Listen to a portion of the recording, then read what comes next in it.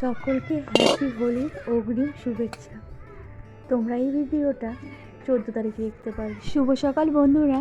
ঘড়ির কাঁটায় বাজে এখন সকাল 10টা। মাছওয়ালা দাদাটা চলে আসলো। আজকেও আবার কাচকি মাছ নিয়ে এসেছিল, ভালো ছিল, নিয়ে নিলাম। আর দাদাটা এসেই বলছিল, বোন আজকের মাছটা ভীষণ ভালো আছে, নিয়ে নে। তো নিয়ে নিলাম। এসেই মাছটা রেখে এইদিকে ছেলেকে, ভাস্তাকে, মাম্মাম সোনাকে আলাদা আলাদাভাবে খেতে দিয়ে দিলাম।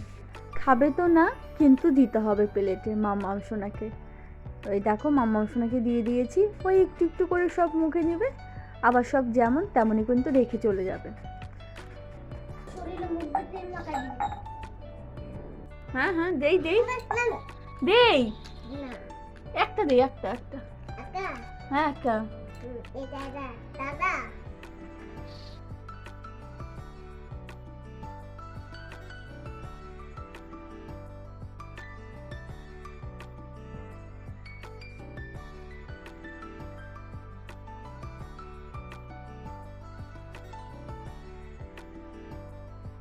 সবাইকে খাবার দিয়ে আমিও খেয়ে নিয়েছিলাম। মাছটা তখন কেটে বেছে ধুয়ে ভালো করে এনে রেখেছিলাম, তবে ফ্রিজে রাখা হয়নি, সেটাই এখন এই যে ফ্রিজে রেখে দিচ্ছি। মাম্মাম সোনাকে আজ একটু রাধা সাজিয়েছিলাম। নিজের যখন একটু খারাপ লাগে তখন এই যে ছেলে মেয়ের সঙ্গে একটু খেলা করি, আর যখন একটু বেশি খারাপ লাগে ছেলে মেয়েকে একটু সাজাই বা একটু অন্যরকমভাবে ছেলে মেয়েদের সঙ্গে একটু একটু ভিডিও বানাই। তো এরকমটাই করে থাকি। তো আজও ঠিক সেটাই করলাম। আজকেও অনেক দিন হলো মনে হচ্ছিলো মামা সোনাকে একটু সাজুগুজু করাবো। তো আজকেও সেই যেমন কথা তেমন কাজ, কিছু কাজ ছিল, সেই কাজগুলোকে রেখেই ভাবলাম চলো আজকে একটু কাজ তো প্রতিদিনই করতে হবে। দেখো কাজ সংসারে ওই ঘুম থেকে ওঠার পর থেকে সেই শুতে যাওয়ার আগ পর্যন্ত কাজ করতেই হবে। মানে কাজের কোনো শেষ নেই, সত্যি কথা বলতে কাজকে শেষ করতে হয়।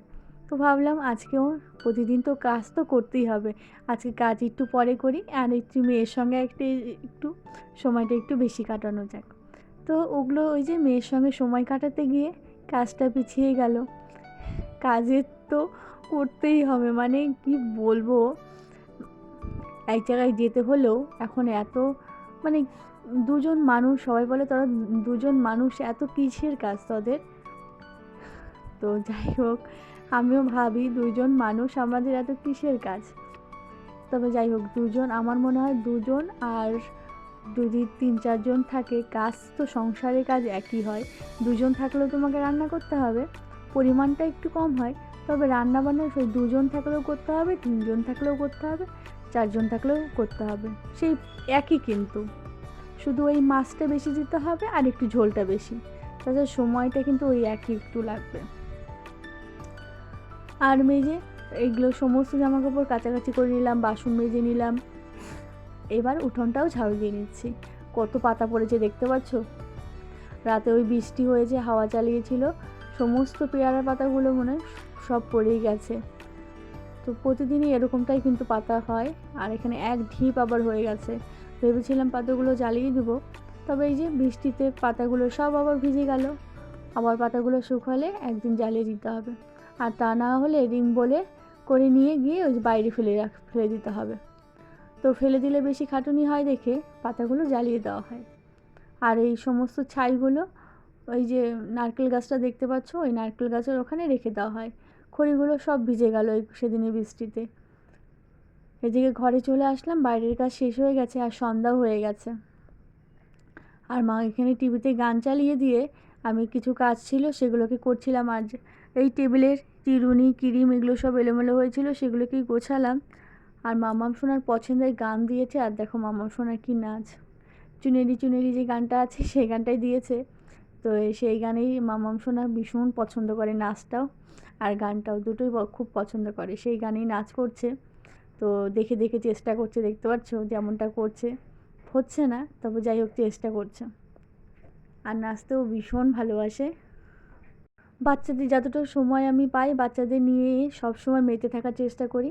আর যখন একটু মনে হয় না, একটু মনটা খারাপ লাগছে, তখন এই গান গান চালিয়ে দিয়ে নিজেও নাচতে থাকি, আমার মেয়েও নাচতে থাকে, এবং আমি সংসারে কাজও করতে থাকি।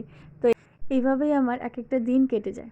তো যাই হোক, নিজেকে ভালো রাখার চেষ্টা করি, আর আমার সঙ্গে যারা থাকে তাদেরকেও একটু ভালো রাখার চেষ্টা করি। তো আর কি চাই বলো? একটু হাসি খুশি থাকলে দেখবে, দুঃখ তো থাকবেই, সুখ দুঃখ নিয়েই জীবন। তো সবসময় চেষ্টা করবে একটু হাসি খুশি থাকার। তো আমিও আমার যখন একটু বেশি খারাপ লাগে তখন ওই গান ঠান চালিয়ে দিয়ে একদম বাচ্চাদের সঙ্গে নাচানাচি করা শুরু করে দিই। আবার যখন একটু খারাপ লাগে তখনও আমি গান শুনি। মেন কথা আমার গান শুনতে ভীষণ ভালো লাগে। এদিকে রান্নাঘরে চলে আসলাম, আজ সিদ্ধ ভাত বানাবো। আর তোমাদের দাদাভাই এই যে মামা সোনাকে কোলে নিয়ে গুড়গুড় করছে।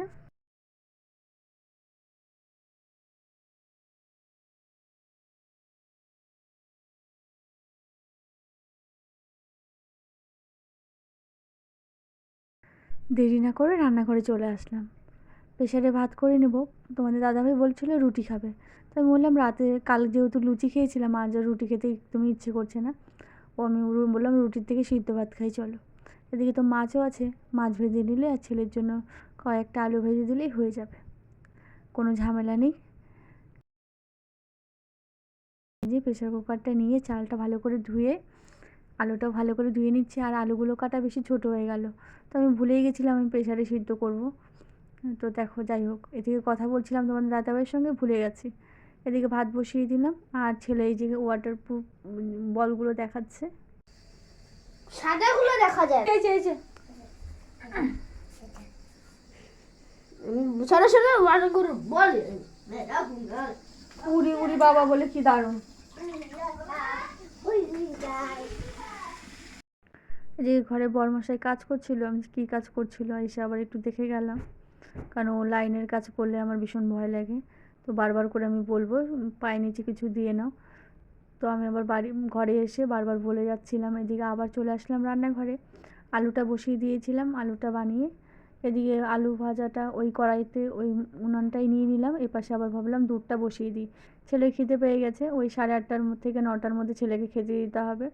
তো ভাবলাম ছেলেকে আগে ভাতটাই আগে দেবো আজকে, দুধটা পরে শোয়ার আগে খেয়ে ঘুমিয়ে পড়বে। যেদিন রুটি বানাবো সেদিন বাবুকে দুধটা আগেই দিয়ে দিই, ও রুটি খাওয়ার পর দুধটা আর খেতে চায় না। আর আজকে যেহেতু ভাত খাবে আর দুধটা সবার লাস্টেই দেবো। আর এখানে দেখতে পাচ্ছ দুধটা উতলে যাচ্ছে। এভাবেই যেন সংসারের আয়োজনটা উতলার।